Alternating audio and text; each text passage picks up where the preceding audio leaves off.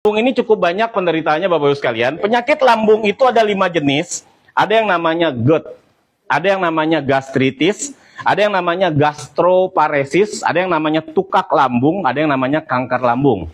Penderita paling banyak itu GERD. GERD itu masalahnya di klep lambungnya. Ya, jadi makanan dari tenggorokan masuk ke lambung, bercampur dengan cairan lambung, klepnya ini yang kebuka sehingga hawa lambungnya naik ke atas, sesak.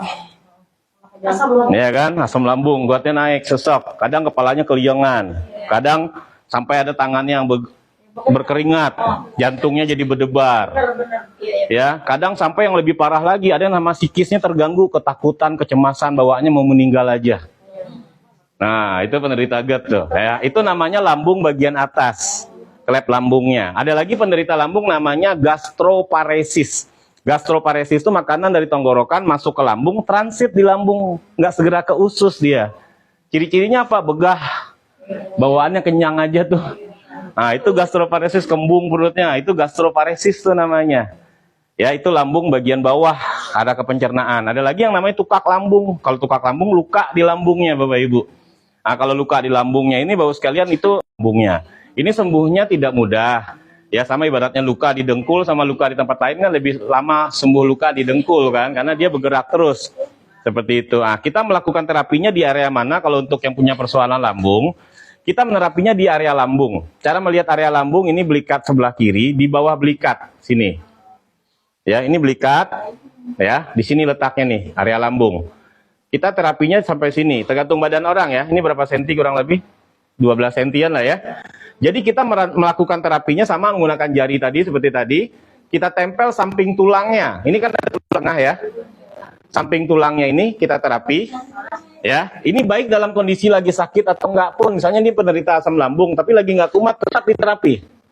Ya, karena tujuan terapi ini adalah supaya satu, sumbatannya terurai, darah nutrisinya terkirimkan dengan baik, nanti lambung itu memperbaiki dirinya sendiri. Jadi alat kerjanya tapi langsung ke sasarannya. Cara melakukan terapinya tempel di sini, ya di pinggir tulang ini, tekan, lalu Anda benturkan, tuh seperti itu. Gerakannya seperti orang mendada, sama, tuh kayak gini. Hah? Belikat ini Bu. Nah, ini di tulang tengahnya, ya. Gerakannya seperti orang mendada, benturkan ke tulangnya seperti ini, ya. Ini kalau ibu di rumah latihannya nanti nggak usah pakai baju ya, pakai minyak tiduran. Iya, tuh gerakannya sama seperti ini. Oke, ini buat lambung, benturkan.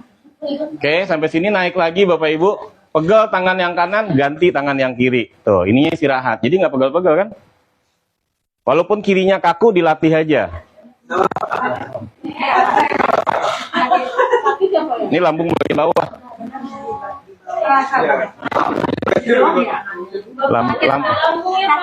Lambung bagian bawah.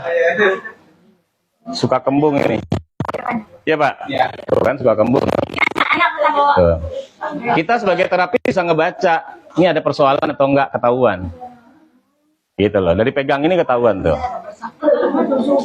Ya. Lalu kalau sakit gini Anda jangan senang ya. Itu namanya bahagia di atas penderitaan orang. Ya. Ah, kalau sakit ini dikurangin, kalau terlalu sakit kurangin, Pak. Ya, kalau masih bisa ketahan nggak apa-apa, tapi kalau sakitnya udah banget kurangin tenaganya. Oke, seperti ini. Jadi naik turun seperti ini. Lalu area lambung sini satu, daerah sini satu dekat area liver. Di sini, ya. Karena lambung kita kan bentuknya belok itu kan? Nah, di sini dia di area liver. Kalau yang klep lambung tuh adanya sebelah kanan sini. Lambung bagian atas. Ya, seperti ini cara terapinya. Ya. Oke. Sini benturin. Kalau di sebelah sini ini tulangnya, samping tulang ini yang kita benturkan. Jadi konsepnya semua sama, dibenturkan ke tulang. Kalau dia ada di belikat, benturkan ke tulang belikat. Kalau dia ada di tengah, benturkan ke tulang tengah. Kalau dia ada di sini, benturkan ke tulang sini. Yang penting ya lambung. Jadi sini sama sini ya. Ini area lambung. Ya, ini Anda boleh terapi di rumah bebas, mau 30 menit, 40 menit, lakukan sesering mungkin 2 kali sehari. Yang penting senyamannya seperti itu. Oke, ada yang mau ditanyakan soal lambung? Lambung itu posisinya di bawah jantung. Iya, makanya kita terapinya di sini satu sama di area jantung, suka jantung ya. Makanya terapi buat lambung itu satu di sini, satu di area liver, satu di area jantung. Jadi tiga area, satu, dua, tiga. Area jantung juga diterapi. Ya, kenapa orang kalau dari lambung kok irama jantung jadi berdebar? Karena kan dia sejalan, Bu. Jadi hawa lambung ini naik sehingga jantungnya jadi berdebar seperti itu ya.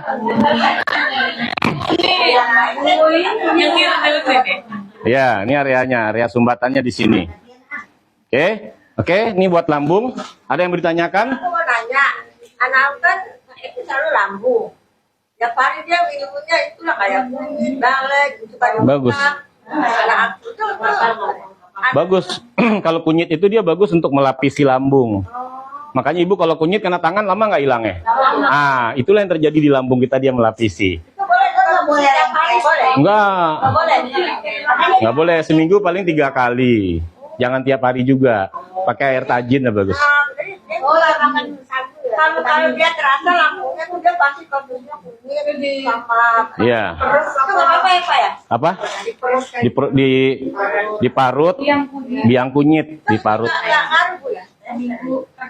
Minggu 2 kali. Ya, kalau akut.